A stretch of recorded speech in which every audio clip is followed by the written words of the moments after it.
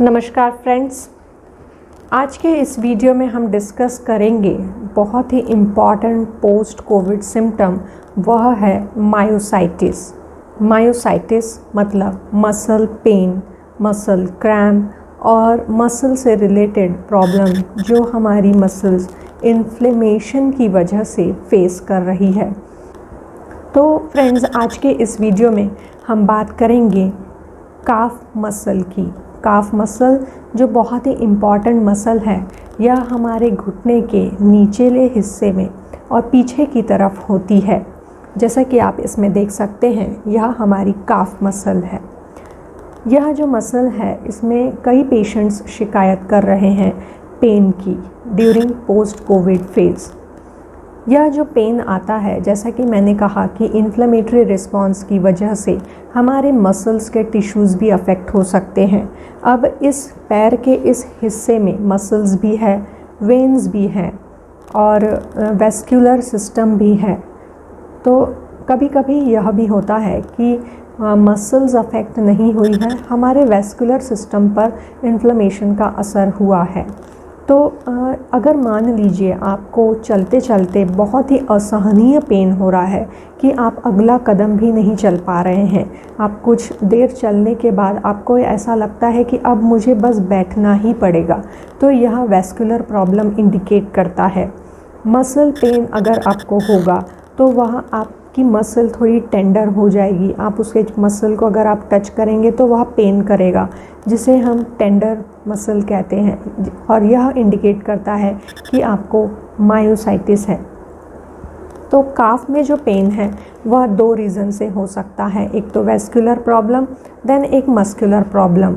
अगर मान लीजिए आपको वेस्कुलर प्रॉब्लम है, मतलब आप ज़रा भी नहीं चल पा रहे हैं, मतलब आपको अब ऐसा लग रहा है कि मैं 2-4 कदम और चलूँगा तो मुझे बैठना ही पड़ेगा, तो यह जो प्रॉब्लम है वह किसी सर्जन को या किसी डॉक्टर को जब तक आप नहीं दिखाएंगे तब तक वह सॉल्व नहीं होगी, और उसे आप लंबे समय तक अगर आप मान लीजिए कैरी कर रहे हैं तो यह प्रॉब्लम और भी सीवियर हो सकती है।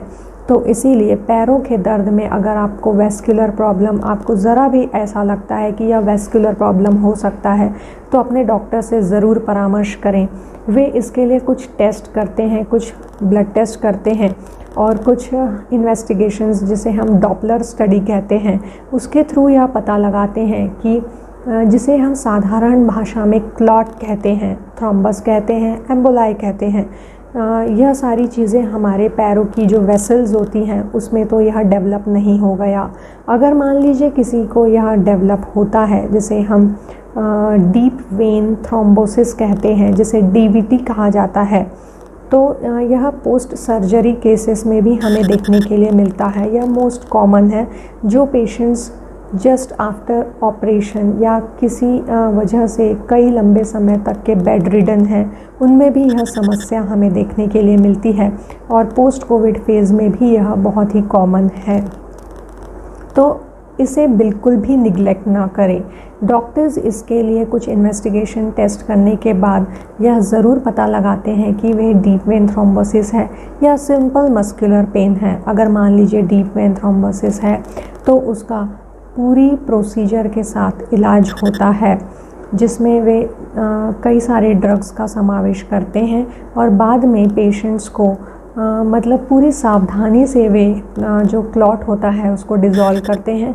बाद में पेशेंट्स को वे एंटीकोएगुलेंट थेरेपी पे डालते हैं, और या तो ऐसे कुछ ड्रग्स दिए जाते हैं जिससे ब्लड पतला हो।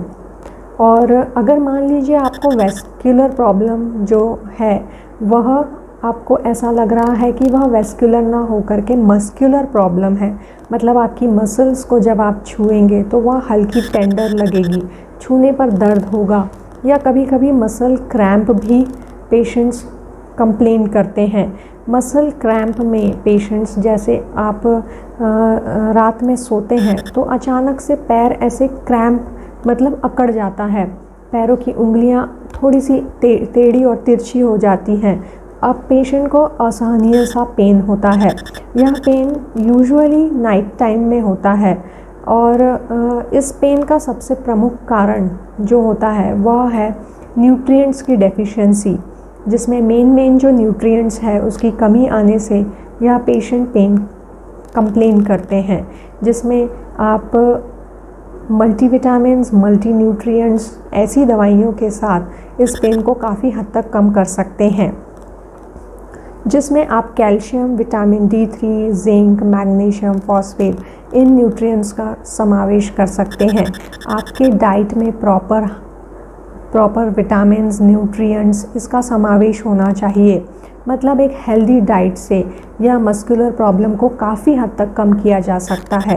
देन आप अपने डाइट में प्रोटीन इंटेक को बढ़ा सकते हैं, जिससे भी मस्कुलर प्रॉब्लम को कम करने में हमें काफ़ी मदद मिलती है। जो भी हमारे बॉडी में जो इन्फ्लेमेशन की वजह से मसल्स, टिश्यूज़ जो डैमेज होते हैं, उनकी रिकवरी में भी यह प्रोटीन काफ़ी मदद करता है।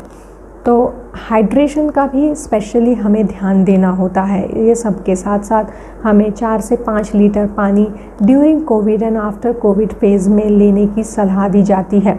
जैसा कि आप सब जानते हैं कि कोई भी चीज़ को वॉश आउट करने में पानी एक अहम भूमिका निभाता है, उसी तरह हमारे बॉडी से इन्फ्लेमेटरी एक्सुडेट्स को भी प्रॉपर वॉश आउट करने में काफ़ी मदद मिलती है।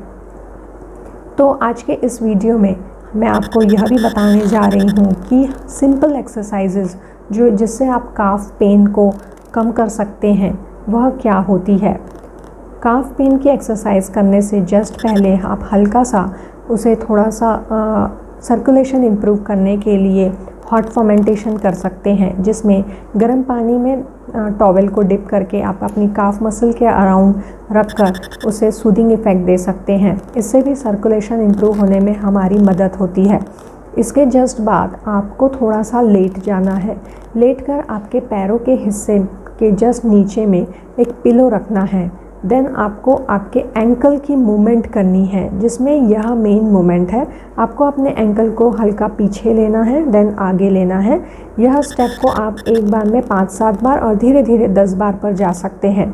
उसकी अगली स्टेप में आप उंगलियों से पैरों की एक्सरसाइज कर सकते हैं, जिससे भी सर्कुलेशन इम्प्रूव होने में मदद मिलती है।